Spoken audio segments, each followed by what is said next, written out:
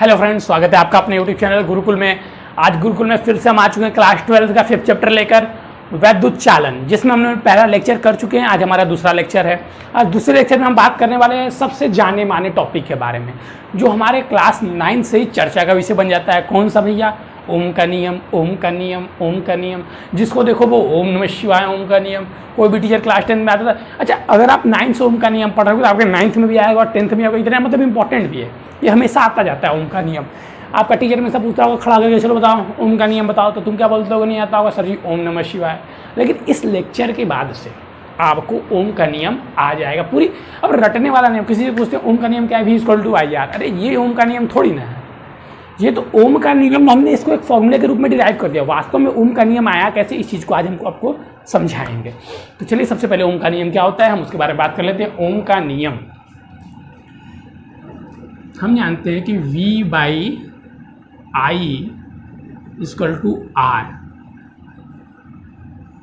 ठीक है, यही ओम का नियम हम जानते थे।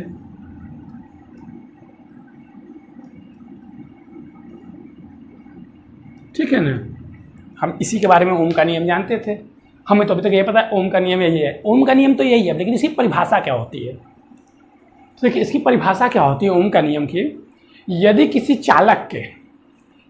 चालक की भौतिक अवस्था जैसे कि ताप, दाब आदि में परिवर्तन नहीं किया जाए, फिर से ध्यान सुनेगा, यह एक इंपॉर्टेंट पॉइंट है। यदि किसी चालक की भौतिक अवस्था में परिवर्तन नहीं होना चाहिए।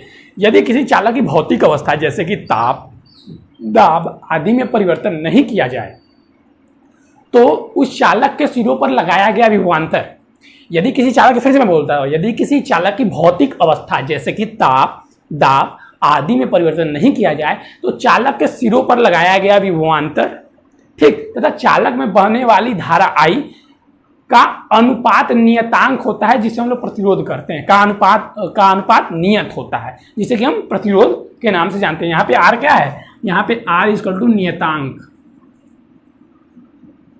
ठीक है, फिर से मैं एक बार ओम का नियम बोल देता हूं। यदि किसी चालक की भौतिक अवस्था जैसे कि ताप, दाब आदि में परिवर्तित नहीं किया जाए तो उस चालक के सिरों पर लगाया गया विभवांतर तथा उस चालक में बहने वाली धारा के अनुपात नियत होता है। ठीक है, इसे हम ओम का नियम कहते हैं। ओम के नियम ऐसे बोल सकते हैं, ओम के नियम के अनुसार यदि किसी चालक की भौतिक अवस्था जैसे कि ताप, दाब आदि में कोई परिवर्तन न हो तो उस चालक के सिरों पर लगाया गया विभवांतर तथा उसमें बहने वाली धारा, वैद्युत धारा का अनुपात नियत होता है। तथा उस चालक में बहने वाली वैद्युत धारा का अनुपात नियत होता है। यही है हमारा ओम का नियम। ठीक है, तो ये तो हम बचपन से ही पढ़ते आ रहे हैं, ओम का नियम, ओम का नियम, ओम का नियम। अब हम यहाँ पे करेंगे ओम के नियम का सत्यापन। पहले तो मैंने आपको ओम का नियम बता दिया इजी वे से, कि आपको मतलब ये चीज़ ध्यान में रहे। अब हम बात करने वाले ओम के नियम के सत्यापन के बारे में। हमारा टॉपिक क्या है? ओम के नियम का सत्यापन। ओम के नियम का सत्यापन हम करने वाले हैं।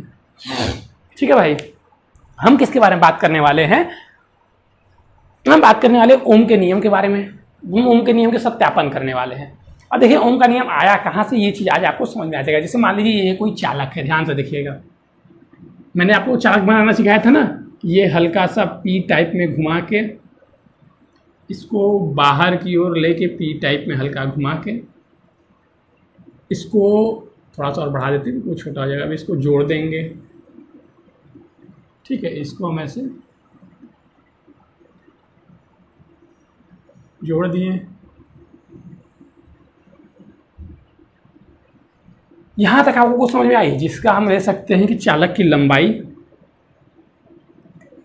लंबाई L ले लीजिए।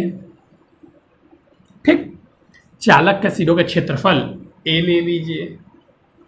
ठीक है, चालक को V वोल्ट की बैटरी से जोड़ दीजिए।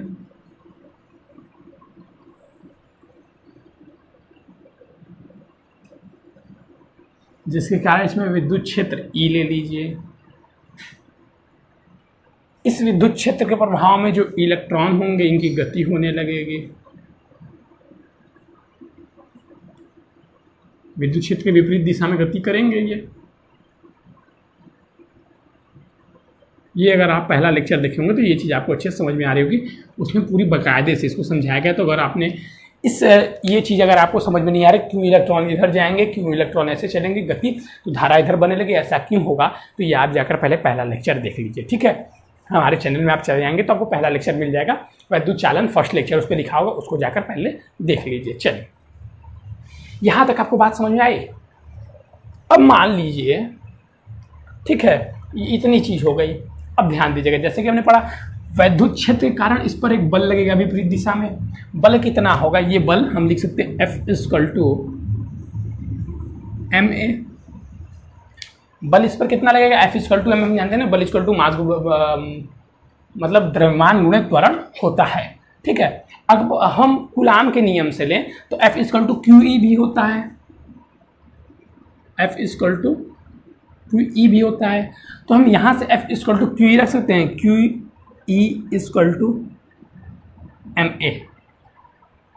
यहाँ तक किसी को सब कोई प्रॉब्लम है तो बताइए। थोड़ा सा मैं एक काम करता हूँ ना, इसको किनारे से लेके चलता हूँ क्योंकि ये थोड़ा सा लंबा आएगा, ठीक है। तो यहाँ तक समझ में आया आपको, F = ma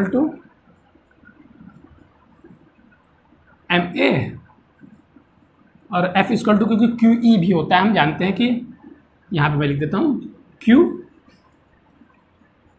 = ma, क्योंकि F = QE होता है। यहाँ तक हमको ये बात समझ में आई। अब देखिएगा, अब हम यहाँ से ये त्वरण निकाल सकते हैं। A = यहाँ पे देखिए आवेश कितना है, वैद्युत क्षेत्र तो E है, आवेश इलेक्ट्रॉन है, E है, द्रव्यमान उसका M है, तो यहाँ से हम निकाल सकते हैं A =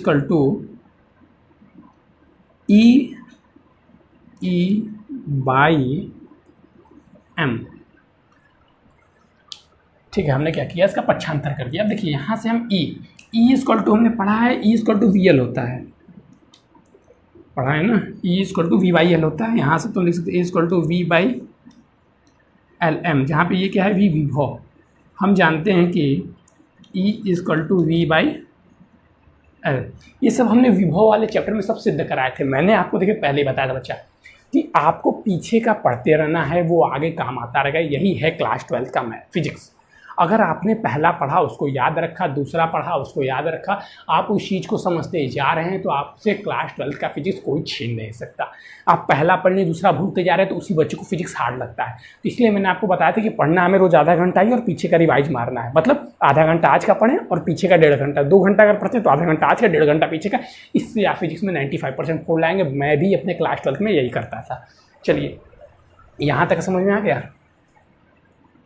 अर्थात ये जो इलेक्ट्रॉन है, ये इस विद्युत क्षेत्र के कारण इतने त्वरण इस पर इतना त्वरण लग रहा है प्रति सेकंड। इतना चीज़ समझ में आया कि नहीं समझ में आया, ठीक है। अब देखिए, अब हम क्या ज्ञात करेंगे, अब हम ज्ञात करेंगे कि देखिए ये VD वेग से इसका अफवाह वेग जानते हैं ना हम लोग, अफवाह वेग के बारे में हमने सबने सुना है। तो अफवाह वेग, इस पर कोई बल लगेगा, इलेक्ट्रॉन का बल लग रहा है तो इसकी चाल इतने त्वरण से गति कर रहा है तो इसकी कुछ वेग भी होगा। तो मान लीजिए इसका V1 होगा, इसका V2 होगा। माना कि इसमें N इलेक्ट्रॉन है, माना चालक में N इलेक्ट्रॉन है जिनके वेग क्रमशः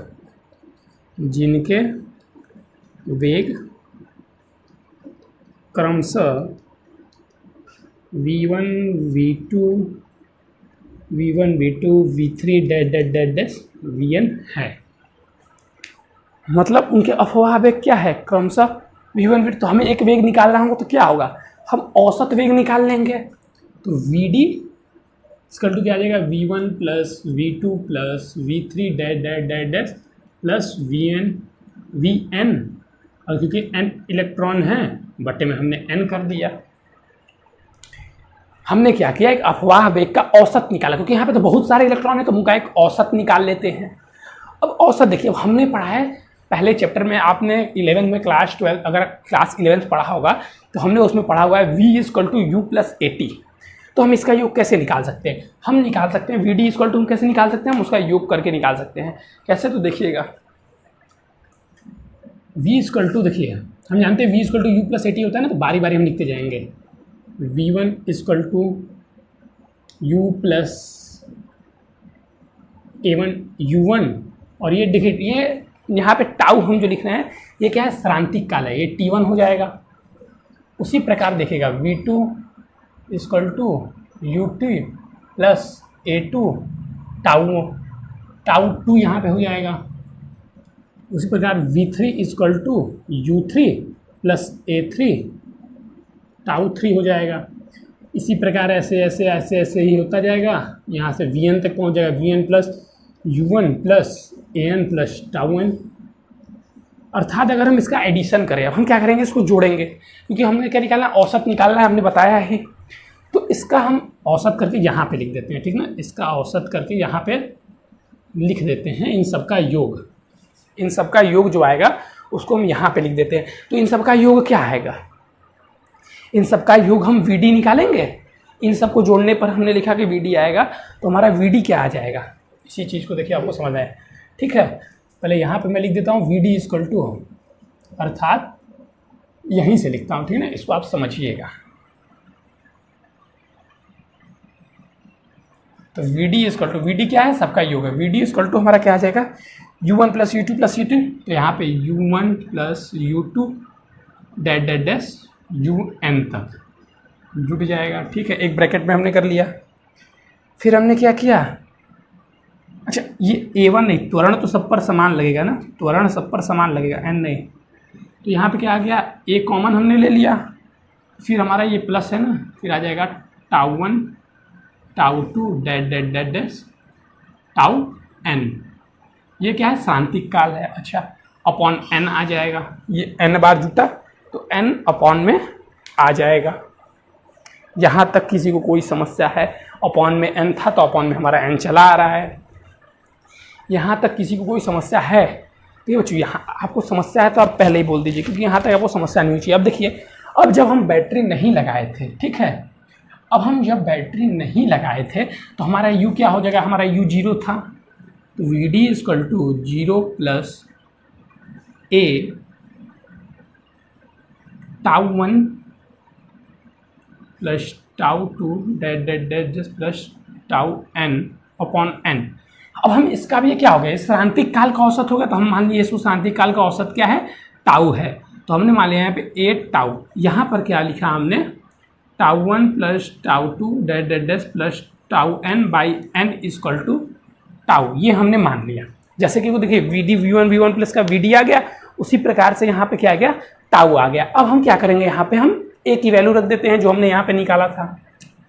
समीकरण 1 इसको दे दिए हैं, मान लीजिए इसको हम समीकरण 1 दे दिए, तो समी 1 से, बहुत ईजी बच्चा, बस आपको ध्यान में रखते जाना है वैल्यू क्या रखनी है, EVLM टाउ, ठीक है। यहाँ तक हो गया, इसको हम समीकरण 2 नाम देते हैं। हमने क्या निकाल लिया, हमने इसका अफवाह वेग निकाल लिया। इसका अफवाह वेग कितना आएगा, अफवाह वेग इसका इतना आएगा। हमें क्या निकालना है, हमें ओम के नियम को सत्यापन करना है। हम जानते हैं कि I इक्वल टू, हम जानते हैं कि I इक्वल टू NEAVD और I इक्वल टू NEA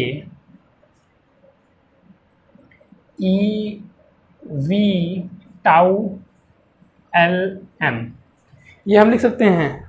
हमने क्या किया, समीकरण 2 से, समीकरण की 2 की वैल्यू इसमें रख दी, VD, समीकरण 2 से VD की वैल्यू रखने पर हमारे पास ये आ गया। एक सेकंड, ये E दोबारा ना इसका स्क्वायर हो जाएगा, ठीक है। समीकरण 2 से वैल्यू रखने पर ये हमारा इतना हमें प्राप्त हो गया। अब देखिएगा बच्चों, अब देखिएगा, अब हम क्या करेंगे, हम इन सबको उधर ले जाएंगे, I को इधर ले जाएंगे।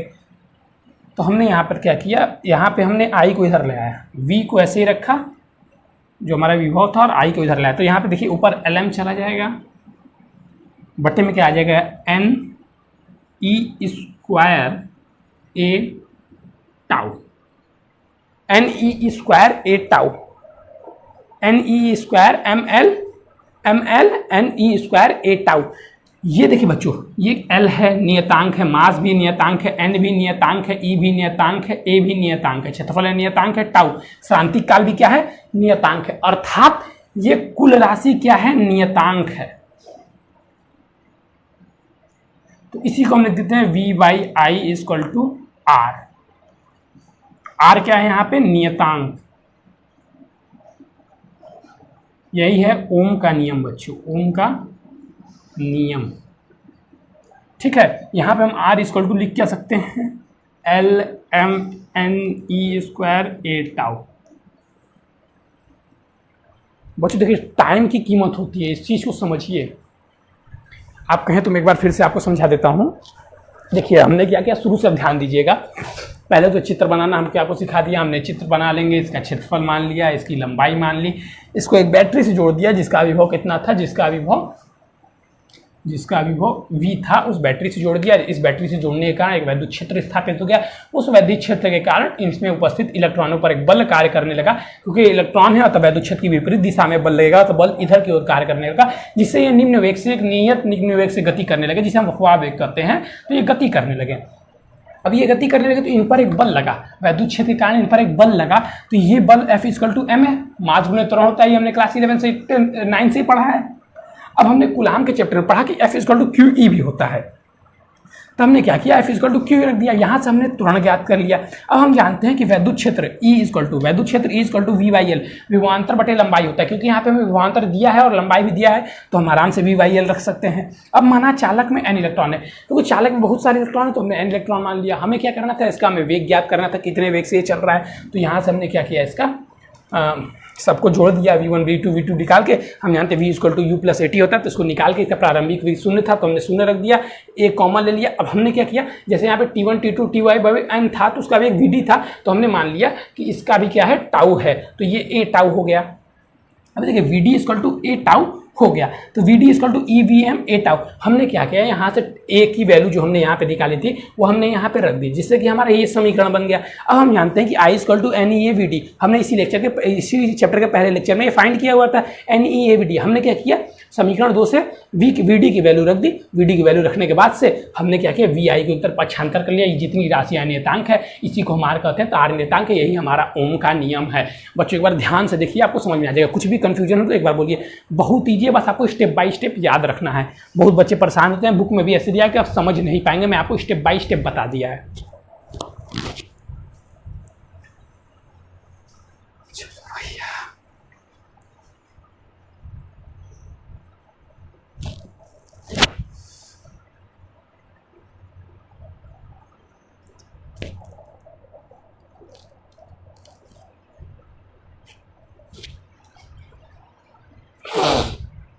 देखिए बच्चों, अगर आपने पहला लेक्चर देखा है तो ये सारी चीज़ें आपको आसानी से समझ में आ रही होंगी। नहीं देखा है तो आपको प्रॉब्लम हो रही होगी, तो बस जाकर देख लीजिए।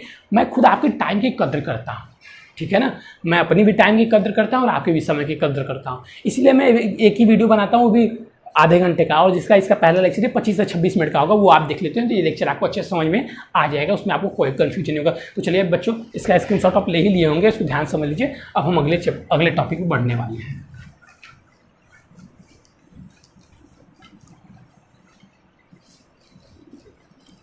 अब देखिए, इससे पहले लेक्चर में हमने प्रतिरोध पढ़ा था, तो हम जानते थे R equal to V by I होता है। आप भी जानते थे, हम भी जानते हैं, हम सब जानते हैं कि R equal to V by I होता है। अब हम बात करने वाले हैं विशिष्ट प्रतिरोध के बारे में। विशिष्ट प्रतिरोध क्या होता है? देखिए, आपको बस एक विशिष्ट प्रतिरोध याद रखना होगा, आपका काम हो जाएगा। बहुत लोग तो कहेंगे विशिष्ट प्रतिरोध क्या होता है, तो बहुत लोग कहते थे तुरंत पूछने पर प्रतिरोध के व्युत्क्रम को विशिष्ट प्रतिरोध कहते हैं, ठीक है। किसी तार के प्रतिरोध, बहुत लोग कहते हैं किसी धातु के प्रतिरोध के व्युत्क्रम को विशिष्ट प्रतिरोध कहते हैं, ठीक है। लेकिन वो ठीक है, लेकिन वो अभी तक हमने पढ़ा था छोटी क्लासों में। अब हम पढ़ने वाले हैं अच्छे से विशिष्ट प्रतिरोध के बारे में। वो भी सही है, लेकिन विशिष्ट प्रतिरोध वास्तव में क्या होता है वो तो हमारा फॉर्मूला आ जाता है, तो हम कह देते हैं कि विशिष्ट प्रतिरोध वही है, हमारा प्रतिरोध के व्युत्क्रम को विशिष्ट प्रतिरोध कहते हैं।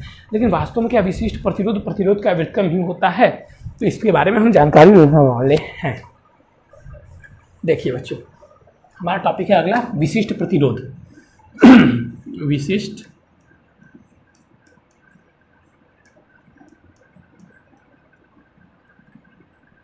अब परिभाषा पहले ध्यान से सुनिएगा। मैं परिभाषा, इसको हम किससे डिनोट करते हैं, सिग्मा से डिनोट करते हैं। किससे? ये ऐसे पी टाइप में होता है ना, थोड़ा सा ऐसे पी टाइप में बना के ऐसे झुका देते हैं, ई बाई जे। विशिष्ट प्रतिरोध किसे कहते हैं? किसी चालक की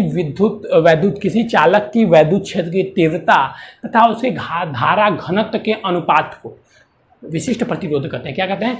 किसी चालक की वैद्युत क्षेत्र की तीव्रता तथा धारा घनत्व के अनुपात को क्या कहते हैं? विशिष्ट प्रतिरोध कहते हैं। फिर से मैं बोलता हूं, विशिष्ट प्रतिरोध किसे कहते हैं? किसी चालक की वैद्युत क्षेत्र की तीव्रता तथा धारा घनत्व के अनुपात को विशिष्ट प्रतिरोध कहते हैं। अब प्रतिरोध का उल्टा विशिष्ट प्रतिरोध होता है। यदि कहते कुछ लोग कहते हैं ना, कोई पूछेगा विशिष्ट प्रतिरोध किसे कहते हैं, तो प्रतिरोध के व्युत्क्रम को विशिष्ट प्रतिरोध कहते हैं। ये कैसे आता है मैं आपको दिखाता हूँ। E बाई जे, ठीक है, हम जानते हैं कि E equal to V by L होता है।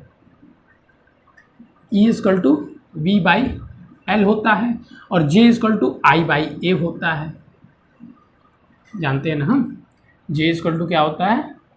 J equal to I by A और E equal to V by L. पिछले भी क्वेश्चन में हमने इस्तेमाल किया है वी बाई एल वाला। ठीक है, अब देखिए हम वी बाई आई को क्या लिख सकते हैं? वी बाई आई को हम क्या लिख सकते हैं? आर लिख सकते हैं, आर ए एल। कुछ समझ में आया क्यों कहते हैं विशिष्ट प्रतिरोध को इसका व्युत्क्रम? क्योंकि विशिष्ट प्रतिरोध क्या होता है? क्योंकि देखिए, अर्थात विशिष्ट प्रतिरोध को, प्रतिरोध के व्युत्क्रम को विशिष्ट प्रतिरोध कहते हैं। प्रतिरोध क्या होता है? यही सब प्रतिरोध भी निकाल लेते हैं। R equal to sigma L by A. अर्थात हम ये भी कह सकते हैं कि प्रतिरोध के व्युत्क्रम को, प्रतिरोध के व्युत्क्रम को विशिष्ट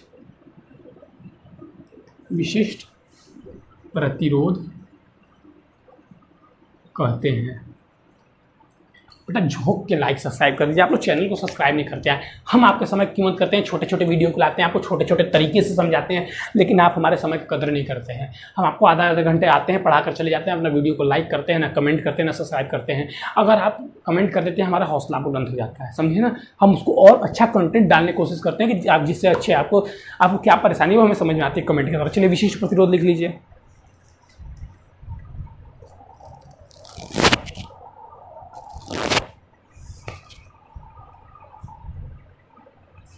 आप ये वाला याद रखेंगे तो ज़्यादा अच्छा होगा, क्योंकि इसी से परिभाषा बनती है, ठीक ना। इसी से परिभाषा हमारी बनती है।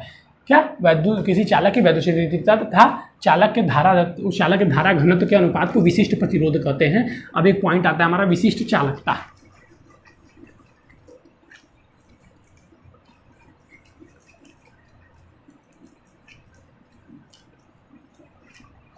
विशिष्ट चालकता,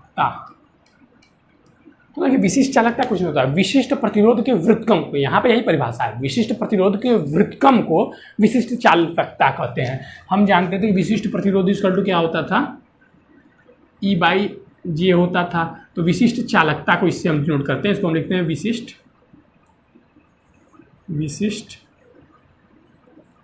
चालकता। ठीक है, तो सिग्मा ये रो है, ये सिग्मा इसको कहते हैं शायद हाँ, जे बाई ई। ये देखिए इसका उल्टा हो गया ना, जे बाई ई, इसको हम कर देंगे। अर्थात किसी चालक के धारा घनत्व तथा वैद्युत क्षेत्र के अनुपात को क्या कहते हैं? हम विशिष्ट प्रतिरोध कहते हैं। यहाँ तक कोई कन्फ्यूजन है? होनी भी नहीं चाहिए। ठीक है, किसी चालक के विशिष्ट प्रतिरोध के व्युत्क्रम को विशिष्ट चालकता कहते हैं। यहाँ तक कोई कन्फ्यूजन है?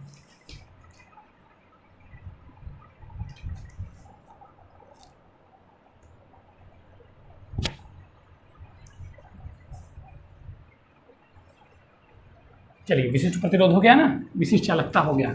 अब देखिए एक बहुत ही लंबा चौड़ा टॉपिक है। आप एनसीईआरटी देखेंगे, कोई बुक देखेंगे, आपको समझ में नहीं आएगा, लेकिन आपकी जितने काम की चीज़ें मैं वही आपको बताऊंगा। आप बीएससी करेंगे, आगे जाएंगे तो आपको मिलेगा, लेकिन अभी आपको जितना पढ़ना है उतना ही आपको बताया जाएगा। तो किसी चालक के प्रतिरोध की ताप पर निर्भरता, अगला पॉइंट है हमारा। किसी चालक के प्रतिरोध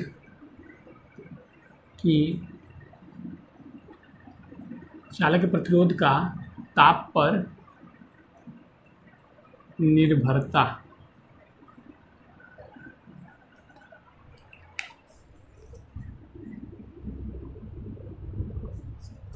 अर्थात यहाँ प्रश्न है कि क्या किसी चालक का प्रतिरोध ताप पर निर्भर करता है? तो हाँ, ताप पर निर्भर करता है। अब कैसे करता है ये आपको यहाँ बताया जाएगा। तो अगर आप एनसीईआरटी देखते हैं, ठीक है ना, अगर आप एनसीईआरटी देखते हैं तो एनसीईआरटी में भी आपको 2 पन्ना मिल जाएगा, आप कंफ्यूज जाएंगे। चलिए भाई, मैंने प्रश्न भी देखिए लिख दिया है, वो थोड़ा सा प्रॉब्लम हो गया था, जिससे देखिए प्रश्न भी लिख दिया, पूरा लिख दिया। अब हमें क्या करना है, किसी चालक की ताप पर निर्भरता होती है, तो मैंने बताया ना बुक में एनसीईआरटी में एक पेज का दिया, लेकिन उसके लिए आपको बस यही फॉर्मूला याद रखना है, RT = R0। पहले इसको आप देखिए, RT = R0 1 + αT। यहाँ पर RT क्या होता है, T ताप पर प्रतिरोध, R0 है हमारा 0 डिग्री सेल्सियस प्रतिरोध, और यहाँ पे अल्फा है प्रतिरोधकता ताप गुणांक, ये आपको प्रश्न में दिया रहता है, ठीक है। और T क्या है, ताप, मतलब जो ताप दिया हुआ है, जिस ताप पर प्रतिरोध निकालना है वही ताप है यहाँ पर T। अब देखिए प्रश्न मैंने उसी के अनुसार लिया हुआ है, यदि किसी चालक का 0 डिग्री सेल्सियस प्रतिरोध, 0 डिग्री सेल्सियस पर प्रतिरोध 5 ओम है तथा उसका प्रतिरोधकता ताप गुणांक 3 है, तो उसका 5 डिग्री सेल्सियस पर प्रतिरोध ज्ञात कीजिए। अर्थात यहाँ पे दे दिया हमारा 5 ओम, मतलब 5 ओम क्या है, R0 है, तो यहाँ पे 5 रख दिया गया, 1 है, और फिर यहाँ पे अल्फा मतलब प्रतिरोधकता ताप गुणांक कितना बोला है, 3, तो यहाँ पे 3 रख दिया गया इसकी जगह। अब ताप कितना बोला है, 5 डिग्री सेल्सियस और 5 रख दिया गया, इसको सॉल्व करने पर 80 ओम आ गया। अर्थात ताप क्या हो, प्रतिरोध क्या है, प्रतिरोध बढ़ गया। देखिए प्रतिरोध लंबाई के भी अनुक्रमानुपाती होता है, क्षेत्रफल के भी अनुक्रमानुपाती होता है, ये हम पिछले वाले प्रश्न ही देख के बता सकते हैं।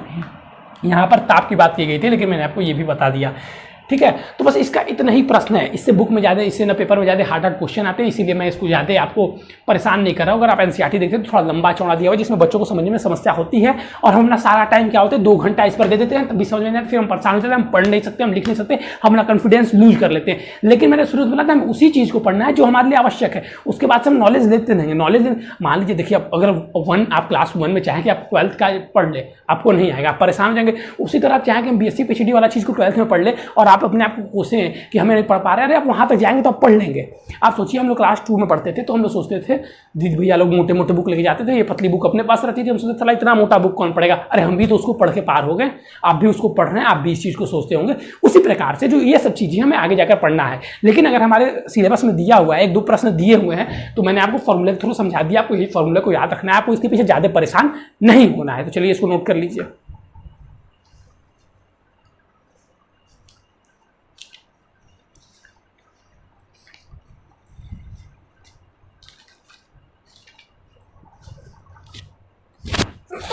चलिए अब हमारा अगला टॉपिक है वैद्युत ऊर्जा तथा शक्ति। अगला टॉपिक क्या है, वैद्युत ऊर्जा तथा शक्ति।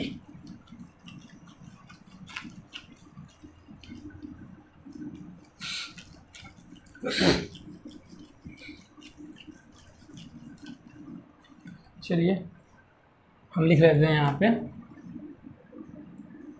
वैद्युत ऊर्जा तथा शक्ति, छोटा सा रहेगा ना, शक्ति, ठीक है। अब वैद्युत ऊर्जा क्या होती है, ध्यान समझिएगा। हमने आपसे बोला एक चालक लिया, इसको एक बैटरी से जोड़ दिया, बैटरी का V है, इलेक्ट्रॉन वैद्युत क्षेत्र उत्पन्न हो गया, तो ये इधर जा रहा है। कुछ देर बाद हमारी बैटरी क्या होती है, डिस्चार्ज हो जाती है, हम बोलते हैं ना ये काम करना बंद कर दिया। अर्थात इस बैटरी से कुछ ऊर्जा दी जा रही है, तभी ना ये वैद्युत क्षेत्र उत्पन्न कर रहा है, जिसके कारण इलेक्ट्रॉन इधर की ओर गति कर रहा है और धारा इधर से उत्पन्न हो जा रही है। अर्थात यह बैटरी कुछ काम कर रहा है, कुछ ऊर्जा दे रहा है। यह बैटरी जो ऊर्जा देता रहता है, जिसके कारण धारा प्रवाहित होती है, उसी को हम कहते हैं वैद्युत ऊर्जा। वैद्युत ऊर्जा, यह बैटरी जो धारा देता है, जिसके कारण कार्य होता है, उसी को हम क्या कहते हैं, वैद्युत ऊर्जा। उसी को क्या कहते हैं हम, वैद्युत ऊर्जा। अब देखिएगा कैसे हम धारा उत्पन्न हुई, हम लिख लें धारा I = Q/T होता है, Q/T। अर्थात हम यहाँ से लिख सकते हैं Q = IT। यहाँ से हमने आवेश निकाल लिया, क्या निकाल लिया, आवेश को हमने निकाल लिया, ठीक है। विभव है, इसी के कारण कार्य हम जानते हैं W = V/Q, तीसरे चैप्टर का है ये फॉर्मूला। विभव आप जानते होंगे, विभव अच्छा V = W/Q होता है ना, हाँ, V = W/Q, सॉरी सही है, V = W/Q, हाँ, V = W/Q, ठीक है। हम जानते थे कि विभव = कार्य बटे आवेश होता है। अब यहाँ से हम निकाल सकते हैं कार्य, W = VQ, Q हमने यहाँ से निकाला है, तो ये V = IT, अर्थात W = VIT। इससे पहले हमने ये फॉर्मूला पढ़ा था लेकिन हमें पता नहीं था ये क्या है, ऊर्जा है। हमने इससे पहले ये फॉर्मूला पढ़ा था लेकिन हमें पता नहीं था ये आता कैसे है, ठीक है। तो उससे बैटरी का जो कार्य किया जाता है, ये कार्य क्या है, यही कार्य है।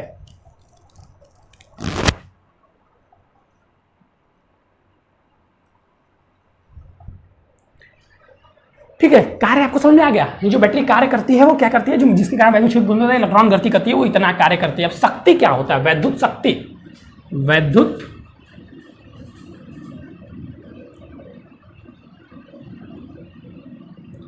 शक्ति। ये देखिए बहुत, अरे यार फिर मैं वही चीज गलती कर रहा हूं। अब देखिएगा, शक्ति आपको पता होगा, आपने शक्ति पढ़ा होगा बहुत कि देखिए किसी वैद्युत परिपथ में ऊर्जा क्षय होने की दर को या ऊर्जा क्षय होने की दर को शक्ति कहते हैं। मतलब कार्य करने की दर को आप कह सकते हैं कि शक्ति कहते हैं, लेकिन हम क्या करेंगे, यहाँ पे वैद्युत परिपथ की बात हो तो हम कहेंगे किसी वैद्युत परिपथ में ऊर्जा के क्षय होने की दर को शक्ति कहते हैं। हम शक्ति मतलब पावर, मतलब हम इसको P से डिनोट करते हैं। अब किसकी ऊर्जा के क्षय होने की दर को तो W/T, ये हो गया ऊर्जा, और ये क्षय होने की दर, दर मतलब T। मैंने बताया था दर मतलब बटे में T होता है, प्रवणता मतलब बटे में दूरी, ठीक है ना, इस चीज को याद रखिएगा। तो ये W इक्वल टू यहाँ लिख सकते हैं VI/T बटे में T, तो ये हो जाएगा VI। अब यहाँ से आप कुछ भी रखिए, जैसे V इक्वल टू हम जानते हैं कि होता है IR, V equal to IR, तो किसी बुक में आपको देखने को मिल जाएगा I²R। अब बनाते ही आप फॉर्मूला, लेकिन यहाँ तक हम समझ में आना चाहिए। अर्थात वैद्युत शक्ति किसे कहते हैं, आपको देखिए अब दोनों को मैं डिफाइन कर देता हूँ। वैद्युत ऊर्जा किसे कहते हैं, जो बैटरी द्वारा कार्य किया जाता करता, जो बैटरी कार्य करता है जिसके कारण वैद्युत धारा प्रवाहित होती है, उसी को हम क्या कहते हैं, वैद्युत ऊर्जा कहते हैं। वैद्युत ऊर्जा कहते हैं तो कैसे, Q इक्वल टू IT, जो धारा बह रही है T7 में, और यहाँ से हमने क्या किया, हम जानते हैं कि विभव इक्वल टू W/Q, तो W/Q फिर यहाँ से हम Q का मान रख दिए तो V equal to W equal to VIT हो गया। इसका डिफिनीशन नहीं पूछा जाता है, इसका यही याद होना चाहिए आपको, W इक्वल टू V/Q पूछा जाता है, कितना कार्य कर सकता है, उसकी ऊर्जा कितनी है, तो W इक्वल टू VI2। हम जानते हैं कि किसी वैद्युत परिपथ में ऊर्जा के क्षय होने की दर को शक्ति कहते हैं। बस दर मतलब W/T कर दे, जो आगे आंसर हो गया हमारा। मतलब ऊर्जा के क्षय होने की दर को शक्ति कहते हैं। इस चीज को आपको ज्यादा ध्यान रखना है, ऊर्जा के क्षय होने की दर को शक्ति कहते हैं। ये आपको मतलब पूछा भी जा सकता है डिफिनीशन के रूप में।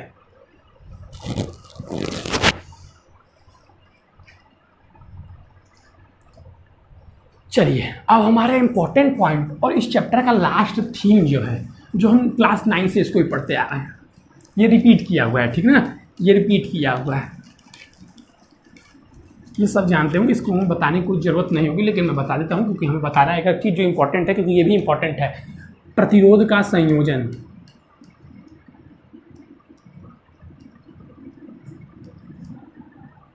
इसकी चर्चा मैंने उसमें भी की थी, पता है, संधारित्र वाले में, इसके पिछले चैप्टर में। तो इसका दो प्रकार से करते हैं। पहला प्रकार हमारा श्रेणी क्रम में,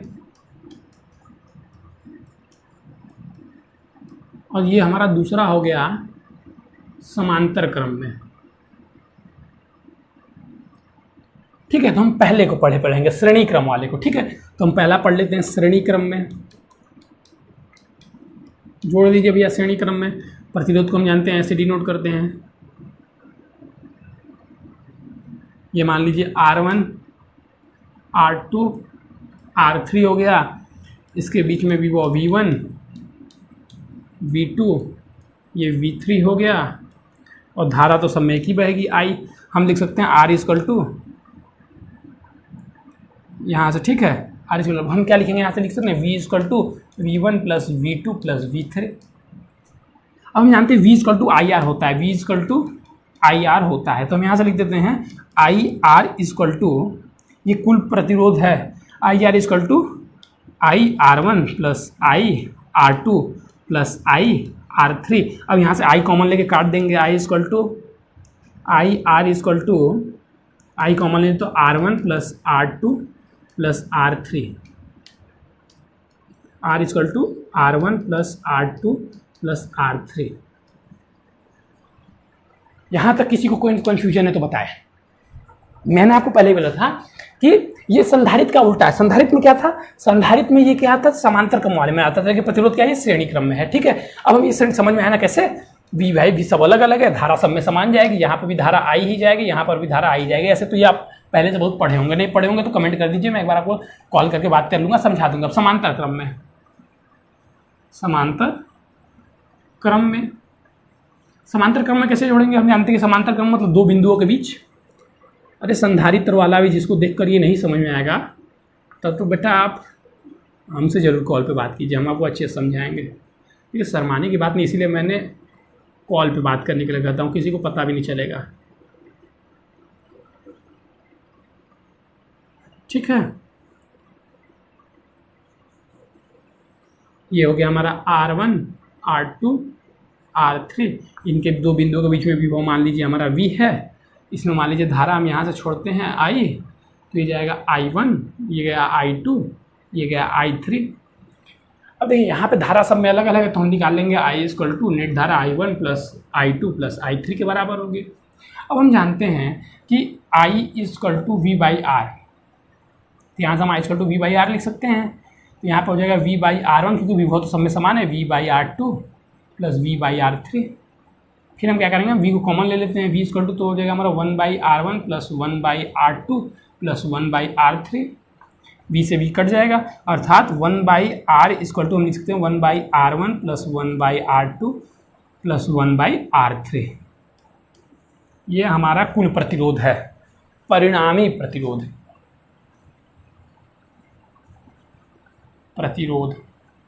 यहाँ पे भी होगा हमारा परिणामी